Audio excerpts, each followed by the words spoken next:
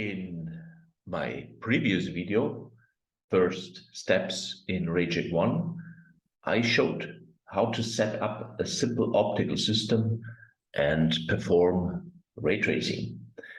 In this video, I would like to show you how to introduce surface scattering into the model. Let me briefly review the previous video. So what we did is set up a very simple system with a light source, a singlet lens, and a detector. And you have here a clear separation. This is the nominal light.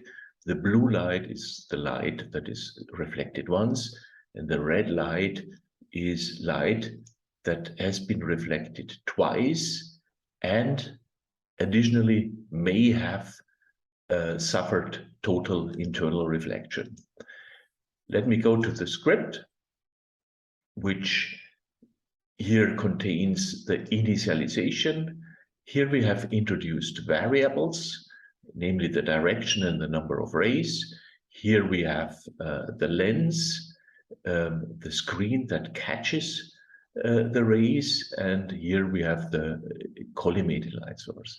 So instead of doing the ray tracing through the toolbar entries, we can also make it automatic with these few commands, with an additional benefit that we can color rays according to their history. Now, in order to introduce scattering, I have to define a BSDF. Let me create a BSDF here, and when I use auto-completion, you already see a rich variety. There is practically nothing missing here among these BSDF models. I selected a Harvey, and let me call this model rough. Then I have to define the strength parameter and the slope parameter. Let me use here keyword arguments. The typical value is -2. And the shoulder parameter, which is the width essentially of the distribution around the specular. That's it. Now, when I run the script up to here, actually, it would have been sufficient to just run this single command. Then I see in the optical system viewer under unassigned entities an entry of this BSDF. When I click on it, I can see a cut through it. In the same way, you can also produce two-dimensional distributions to see the BSDF inside and outside the plane. It is here under unassigned entities because I have not associated it with any physical object. That's what I will do now. And this is done by assigning the scatter property or to a certain physical object here to the lens back.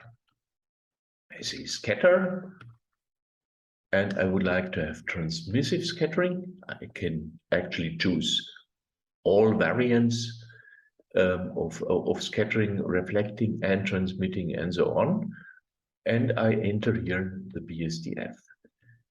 Now, to make it visible, let me go here and select the color orange for the rays that have been scattered once, and run the script. And you see, now we have these orange rays. These are the scattered rays, but most of them will not make it to the detector. Therefore, later on, when we want to evaluate the irradiance here, we would get a very bad statistics.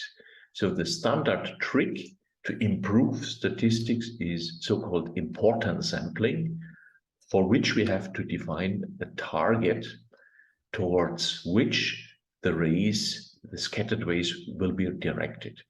In this case, I choose a target object and take the screened as the argument.